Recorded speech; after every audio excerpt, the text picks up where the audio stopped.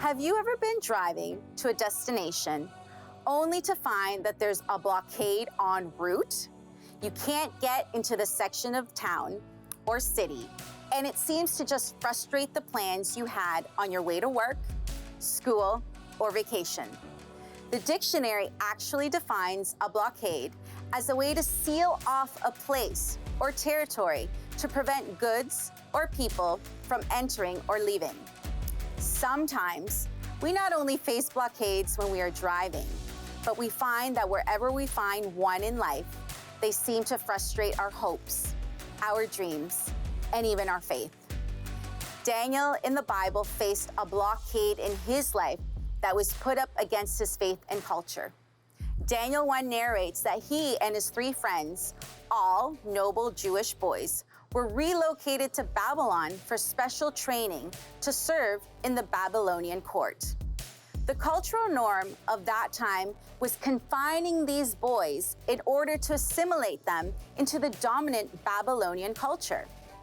While in this 3-year residential training, not only were their names changed, but they were to be given a special diet to keep them healthy and strong, as the Babylonians had believed.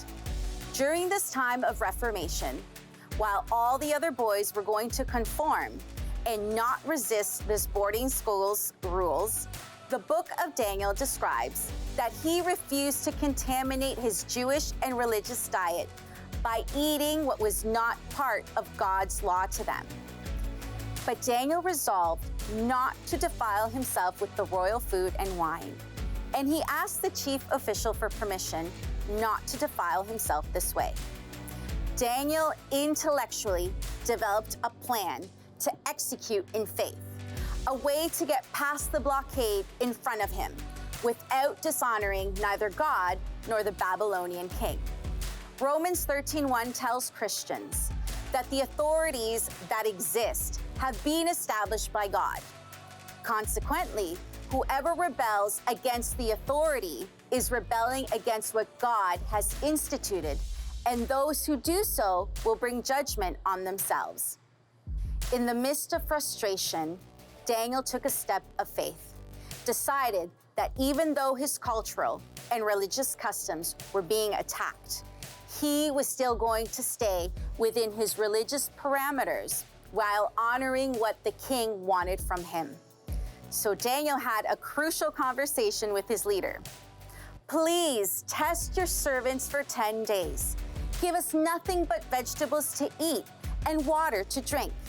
Then compare our appearance with that of the young men who eat the royal food, and treat your servants in accordance with what you see. So he agreed to this and tested them for 10 days.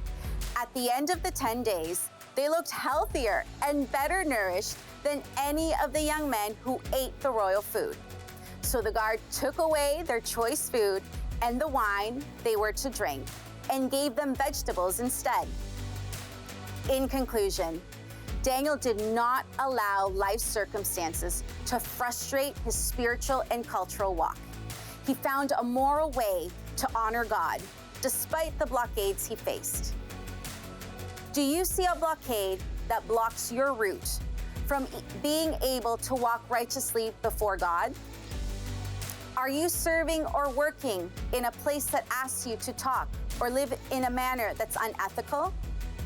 Are you in a season where you hide the fact that you are a Christian? How can you honor God and stay on the path that you are driving on, even when blockades pop up? I pray you choose to keep God's word today.